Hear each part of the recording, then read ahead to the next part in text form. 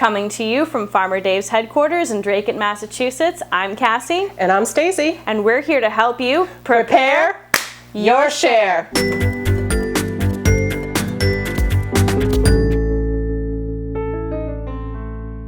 These are the winter greens that you'll be seeing in your late fall CSA share.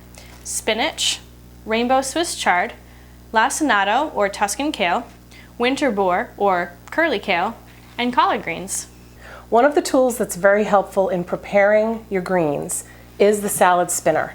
Once you have the greens stripped and cut, running them through this and spinning them dry, that way they're all prepped for you for the week, is probably the quickest way to do it. When you bring your share home, you want to deal with the greens right away. That way they're all prepped, cut, bagged, ready for you to cook with, and they're not going to just wilt away in the back of your refrigerator. As far as prepping your kale goes, it's going to come in a bunch like this. You want to remove the elastic band that holds them together, and then you're basically going to strip all of the leaves off of the stems. You pick up a stem, hold the end, fingers in it, and you're just going to run it down and take the leaves right off the stem.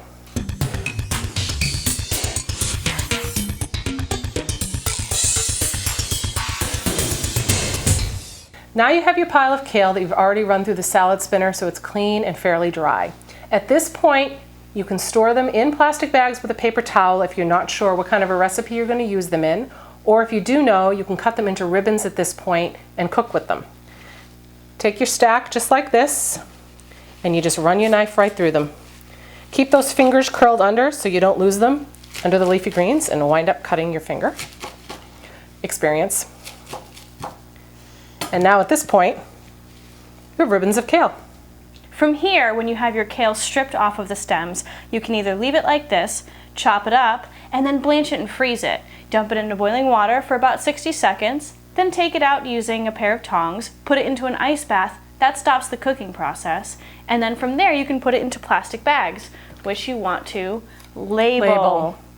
All of the greens, once they're frozen, look exactly the same. You don't want to be pulling kale out and finding out that it's spinach halfway through. One thing that you can do with the greens when you bring them home is after you prep them, you can steam them and put them in different containers. That way they're already done, and then you can just add them to recipes throughout the entire week. You can add them to soup, rice, pasta, or even eggs. Throw it in an omelet or in a quiche. And that's a wrap.